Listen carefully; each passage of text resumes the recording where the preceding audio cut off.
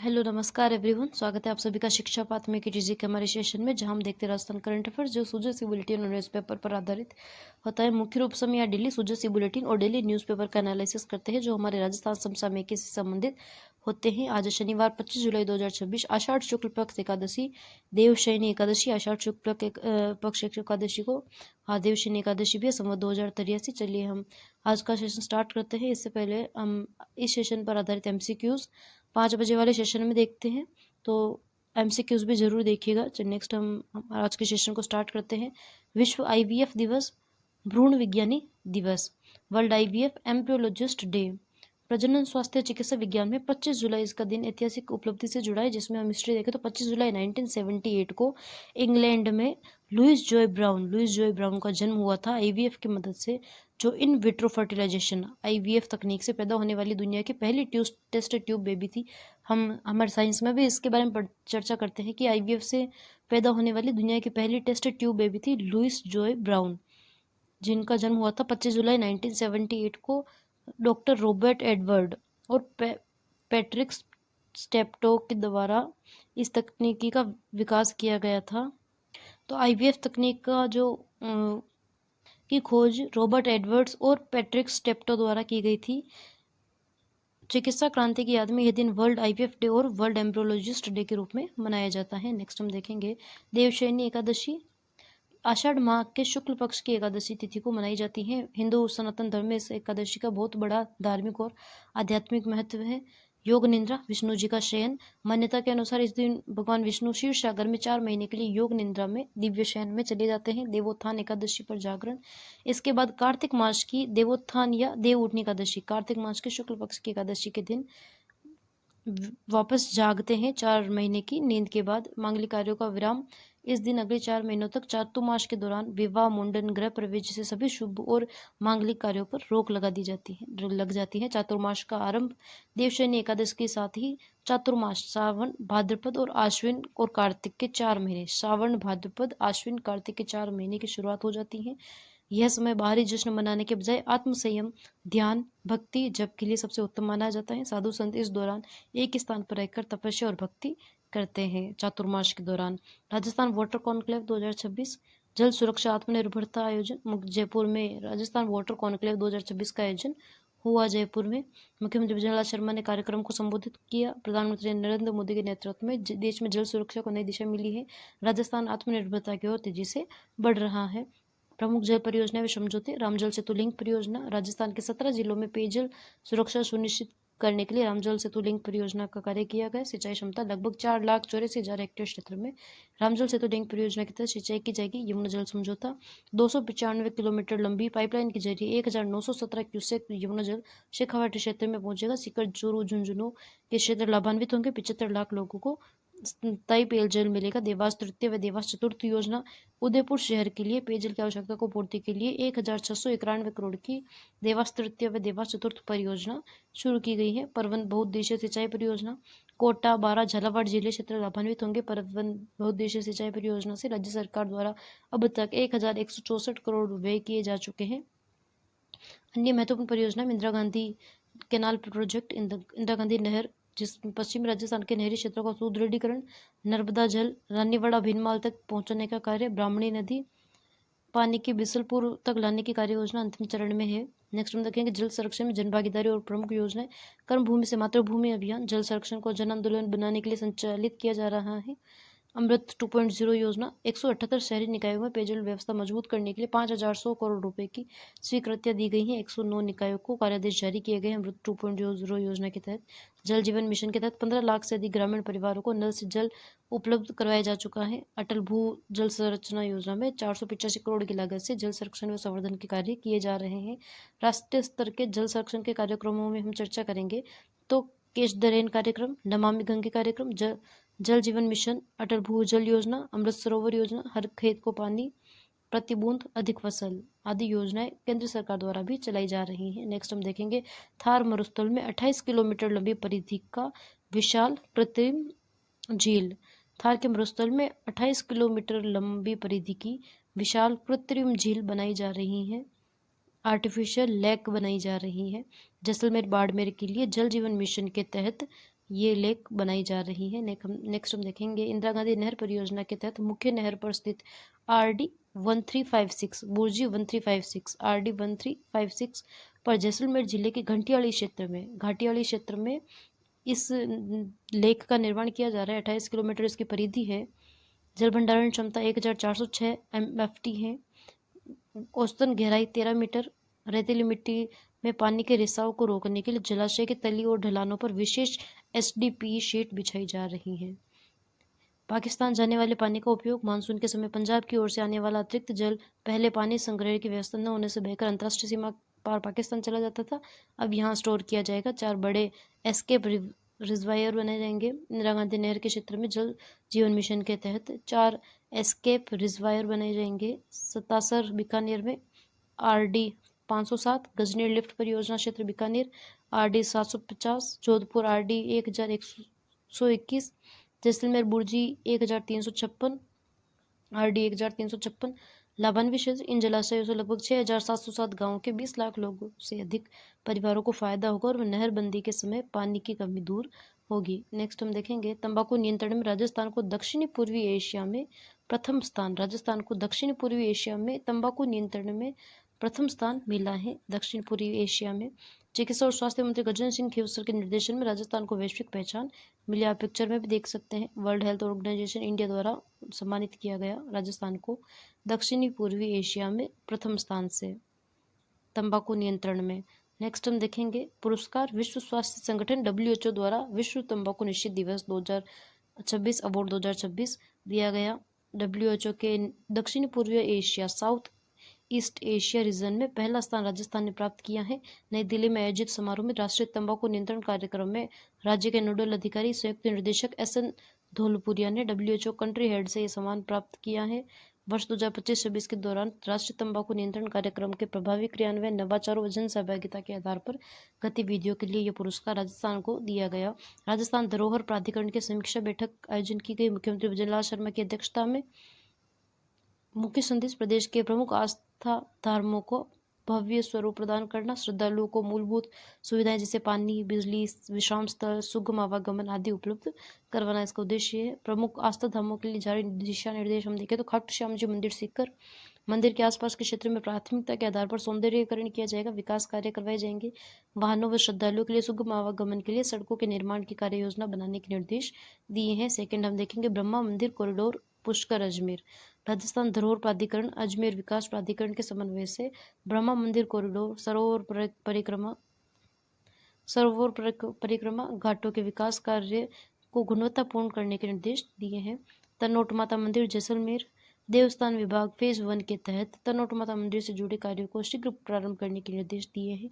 पोछरी का लोटा डीग भरतपुर पोछरी का लोटा में चल रहे विकास कार्यों को तेजी लाने के निर्देश दिए हैं। डीग जिला कलेक्टर गुरु पूर्णिमा मेले की सभी तैयारियां समय पर पूर्ण करने के निर्देश दिए हैं। परिक्रमा मार्ग में विश्राम स्थल, बिजली, पानी की व्यवस्था सुनिश्चित करने को कहा गया है। बेणेश्वर धाम स्टेच्यू, धर्मशाला, रसोई घर के निर्माण व घाटों के विकास के लिए गुणवत्तापूर्ण तरीके से काम करने को पूरा निर्देश दिए हैं। रामदेवरा मेला जैसलमेर रामदेवरा मेले की तैयारी का फीडबैक लिया और जैसलमेर जिला कलेक्टर को श्रद्धालुओं के लिए आश्रय स्थल सहित अन्य सुविधाएं उपलब्ध करवाने के निर्देश भी मुख्यमंत्री जी ने दिए। धरोहर पेनोरमा पर्यटन विकास पेनोरमा का संरक्षण प्रदेश के सभी पेनोरमाओं के संरक्षण के लिए ठोस कदम उठाने के लिए और उचित रखरखाव करने के निर्देश दिए हैं। स्कूल विद्यार्थियों के लिए पेनोरमा विजिट स्कूली बच्चों को पेनोरमा का भ्रमण करवाकर राज्य के गौरवशाली इतिहास से परिचित कराने का सुझाव दिया। देवस्थान विभाग से जुड़ी बजट घोषणाओं को शीघ्र पूरा करने के निर्देश दिए हैं। धार्मिक पर्यटन को बढ़ावा मंदिर व धरोहर के कार्यकल्प कर धार्मिक पर्यटन को गति प्रदान करना है। बैठक में उपस्थित अधिकारी में ओंकार सिंह लखावत अध्यक्ष राजस्थान धरोहर प्राधिकरण के, सुधांश पंत मुख्य सचिव, पूर्व मुख्य सचिव थे सुधांश पंत जी, अभी वर्तमान मुख्य सचिव है श्रीनिवास। हमने यहाँ थोड़ा प्रिंट मिस्टेक हो गई है। जल संसाधन, वित्त, स्वायत्त शासन व देवस्थान विभाग के वरिष्ठ अधिकारी तथा वीडियो कॉन्फ्रेंसिंग के माध्यम से जिला कलेक्टर्स भी इसमें जुड़े। नेक्स्ट हम देखेंगे डीडवाड़ा कुचामन जिले के पंचगरों। कल हमने भीलवाड़ा के पंचगरों के बारे में भी चर्चा की थी। भीलवाड़ा का वनस्पति है अर्जुन, भीलवाड़ा की उपज संतरा, उत्पाद प्रोडक्ट में टेक्सटाइल वस्त्र, भीलवाड़ा के पर्यटन स्थल में मांडलोड किला और भीलवाड़ा के खेल में बास्केटबॉल। भीलवाड़ा से पहले हमने ब्यावर की चर्चा की थी। ब्यावर में करंज, उपज में गेहूं, और ब्यावर का खेल हॉकी, ब्यावर का जो उत्पाद है प्रोडक्ट क्वार्ट्ज व फेल्स पाउडर, और ब्यावर का जो पर्यटन स्थल है टोडगढ़। उससे पहले हमने अजमेर के बारे में चर्चा की थी। अजमेर की उपज है गुलाब, अजमेर का वनस्पति अजमेर की नीम, अजमेर की जो पर्यटन स्थल है पुष्कर, अजमेर के प्रोडक्ट है ग्रेनाइट व मार्बल के जो हस्तशिल्प वगैरह हो गए वो, और अजमेर की खेल हो गया कबड्डी। और आज हमने 3 डिस्ट्रिक्ट के बारे में चर्चा कर ली। आज हमारा 4th डिस्ट्रिक्ट होगा डीडवाना कुचामन। डीडवाना कुचामन के बारे में हम आज चर्चा करेंगे। जो हमारा नया डिस्ट्रिक्ट बना है नागौर से अलग होकर डीडवाना कुचामन। डीडवाना कुचामन के पंचगरव, भौगोलिक एवं ऐतिहासिक पहचान, नमक उत्पादन डीडवाना झील से, संगमरमर मकराना डीडवाना कुचामन में आता है, कुचामन जिले के लिए विख्यात है।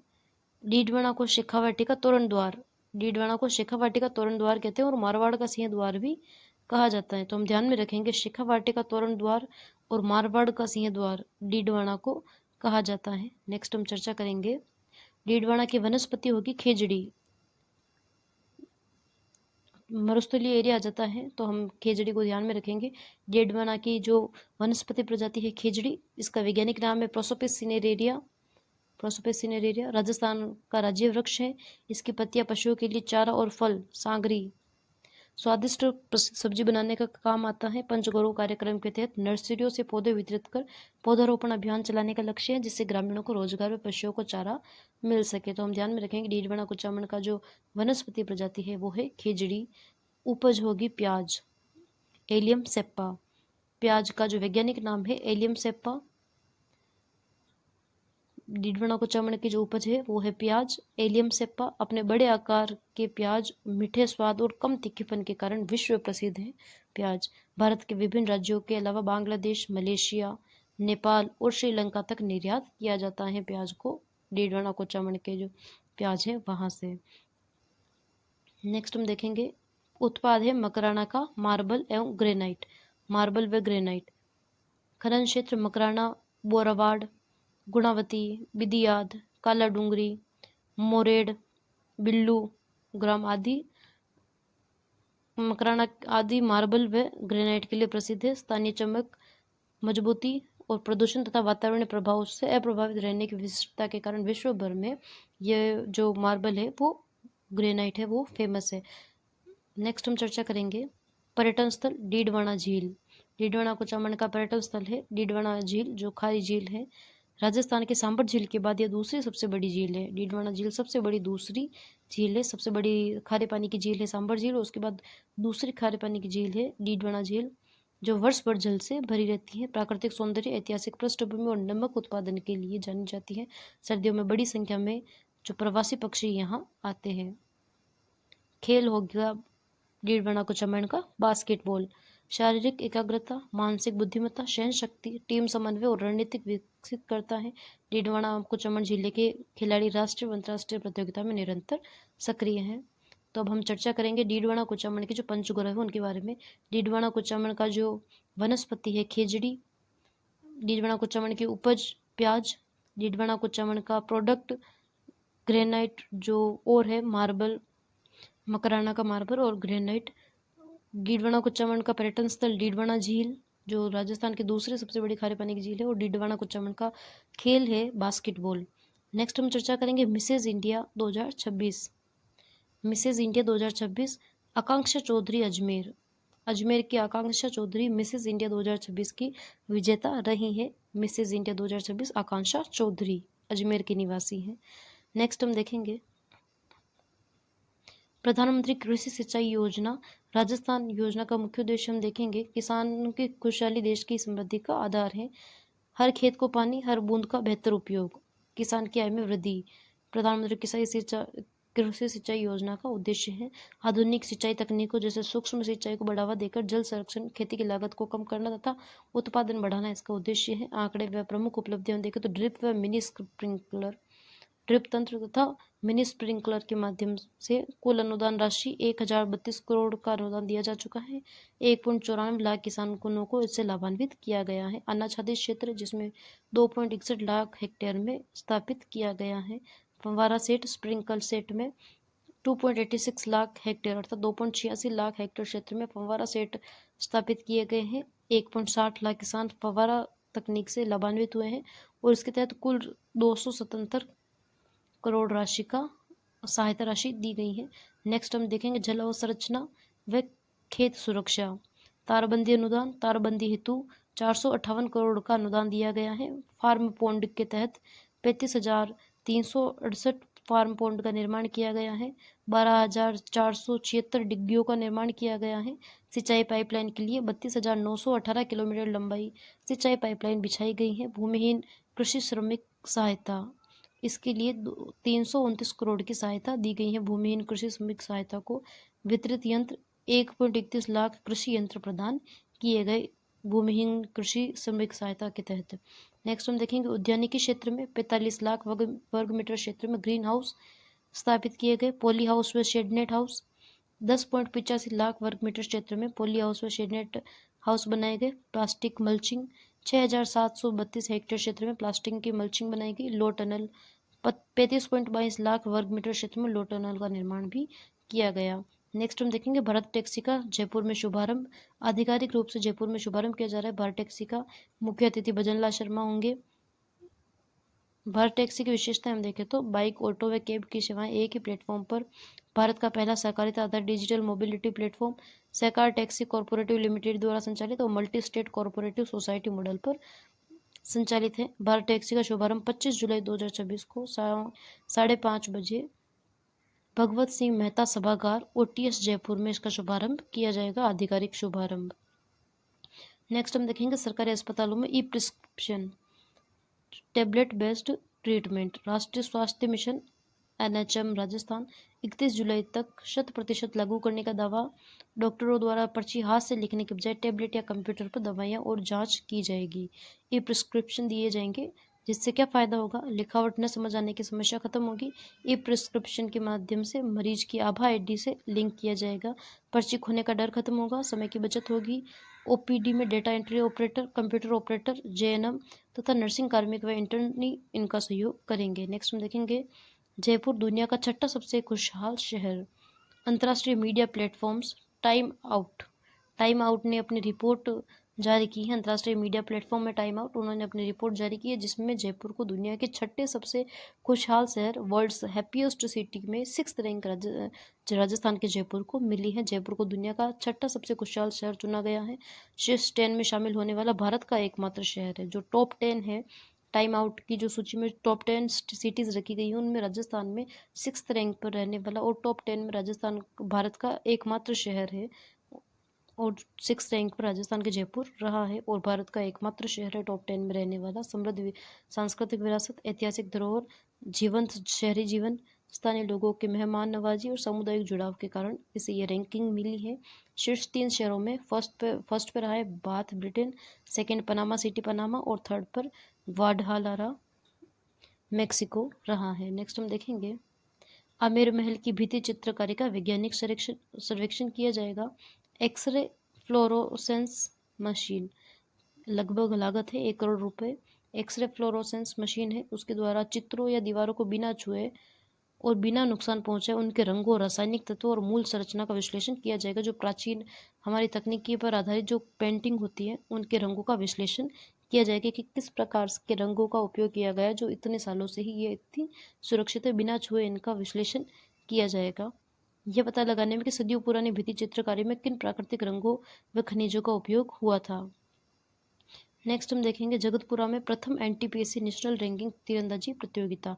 जगतपुरा जयपुर स्थित शूटिंग रेंज में तीरंदाजी अकादमी, भारतीय तीरंदाजी संघ और राजस्थान तीरंदाजी संघ के संयुक्त तत्वाधान में 29 जुलाई तक इसका आयोजन किया जाएगा। 500 से अधिक तीरंदाज रिकर्व व कंपाउंड वर्ग में इसमें पार्टिसिपेट कर रहे हैं। नेक्स्ट हम देखेंगे 72वें राष्ट्रीय फिल्म पुरस्कार 75 ईयर्स ऑफ NDA।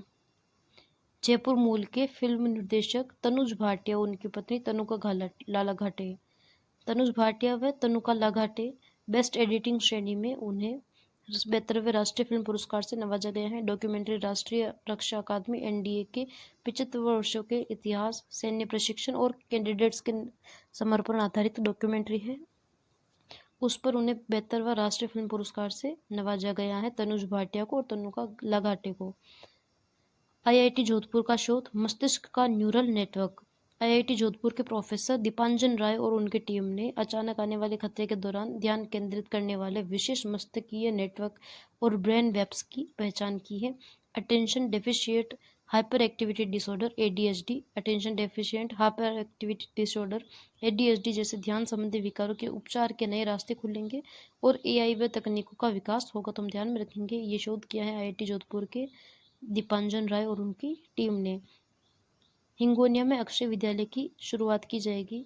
वरिष्ठ अधिवक्ता गुरुचरण गिल, विजय पुनिया व पूर्व महापौर सौम्या गुर्जर ने हिंगोनिया गौशाला में अक्षय विद्यालय की शुरुआत की है। हिंगोनिया गौशाला में, जिसमें संस्कारवान, चरित्रवान, राष्ट्र निर्माण में योगदान देने वाले नागरिक तैयार किए जाएंगे।